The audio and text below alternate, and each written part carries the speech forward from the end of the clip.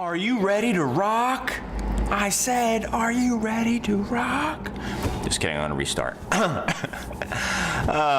Hey guys, welcome to the Beer Temple. It has been a long morning. It is already noon, and I have not opened my store yet because I was locked out of the house with little Maxie. Little Maxie hasn't been on the show forever. So yeah, I was late coming in today because I walked the dog and the door of my condo shut behind me in the common area, and I immediately said, fudge. Little reference there. Didn't say fudge, obviously, but yeah, been trying. And then I just had a little wine tasting for some wines I'm thinking about bringing in, but now I'm ready to get down to serious business. Some Pipeworks beer. Just had Pipeworks on the show recently, did 4 of their beers, including 3 what I would consider to be double IPAs. So why not do a 4th? Probably top 2, I would say maybe top 1 of their most critically acclaimed double IPAs. It's kind of their wheelhouse right now, and they seem to be specializing in different styles of double IPA, often highlighting different hops. So I had the Unicorn's Revenge, which highlights the Nelson Sauvin hop from New Zealand, very grapey.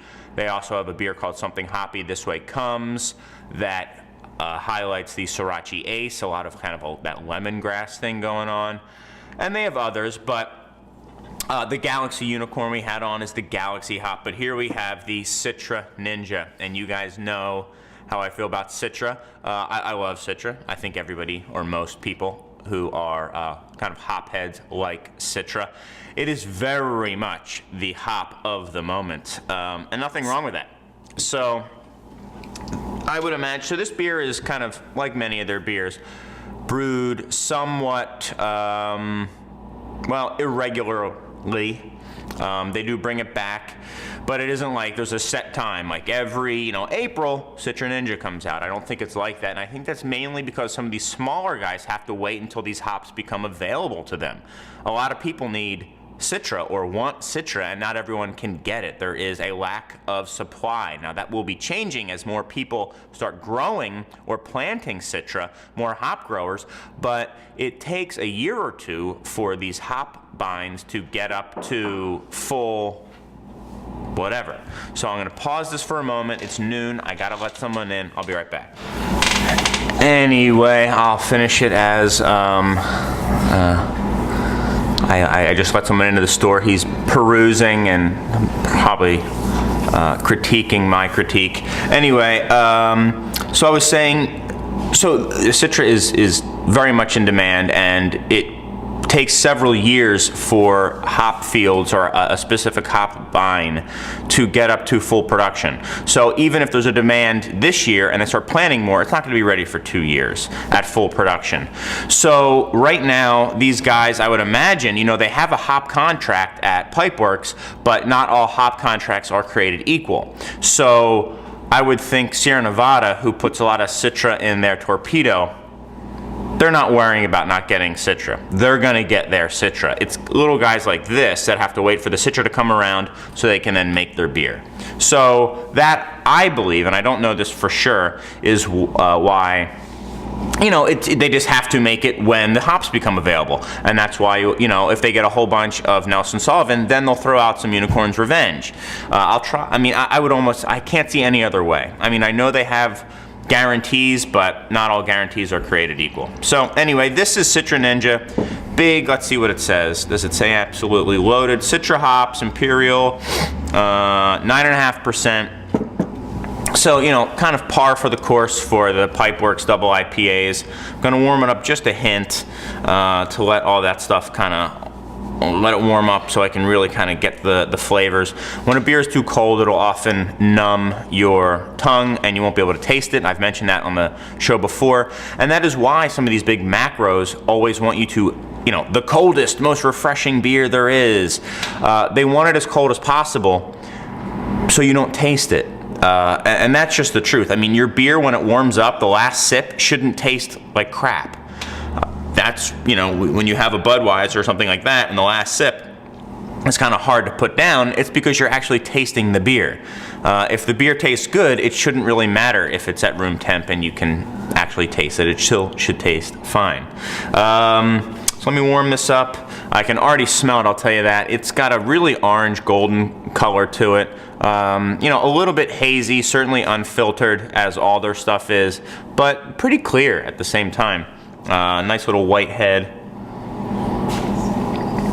I mean, almost the definition of Citra on the nose. Aggressively hopped with Citra. I mean, mango, papaya, guava, all those like nectary, tropical, juicy, ripe fruits going on here. And even more so, like just like the nectar of those fruits. You're not really getting any malt bill. It is all about the Citra hop.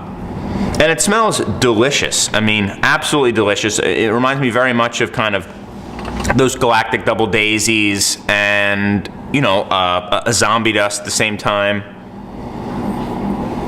Just like dripping tropical fruit.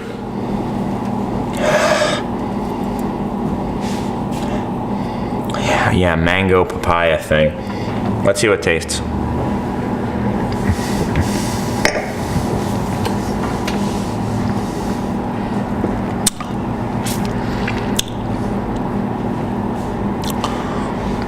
I mean, it's just an explosion of hops. Absolutely huge Citra note on it. Pretty dry body, just enough to kind of keep things in check. Fairly aggressively bittered as well. I mean, there is a good amount of bitterness there, which I don't mind. I mean, I think that it's a nice kind of soft bitterness at the same time. It's not quite daggers on your tongue. You notice it there, but there's enough of that just residual Citra goodness and a little bit of like a sugary goodness at the same time, filling your mouth that you just kind of reach for another sip instead.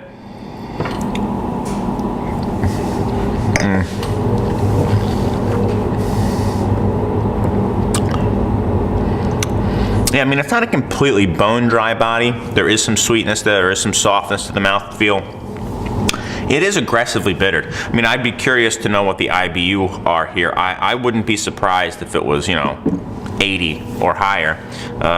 My AC is going to be kicking on here, my heat, I guess I should say. Apologies, forgot to turn it off. Definitely the best double IPA I've had from Pipeworks, for me. One of the best Citra double IPAs I've had, period. You know, I'm gonna go 95 with this beer. If you want a big Citra double IPA, I don't know. I mean, I can't think of one that would be better necessarily than this. You know, it is, I say if you're gonna be a one-note wonder, hit that one note really, really well, and that's exactly what they're doing. This isn't the most complex double IPA, but it's about as well done a Citra double IPA as I've ever had. And more, there's a lot of them these days. So, good up to the guys at Pipeworks for the Citra Ninja. You know, this one is one that is hyped for a reason. I certainly liked it considerably more than any of the double IPAs I had on my recent Pipeworks show. Not that they were bad. They were all in the 90s, I think, or close to it. But this one is just really good, and I think the Citra is helping that out. So there you have it. The Citra Ninja, worth the hype. If you have a chance to get some, this is absolutely very, very fresh. It's less than a week old, I believe. So there you are. I mean, this is like air freshener beer here, or like some sort of like I'd like to do like a cologne with this beer.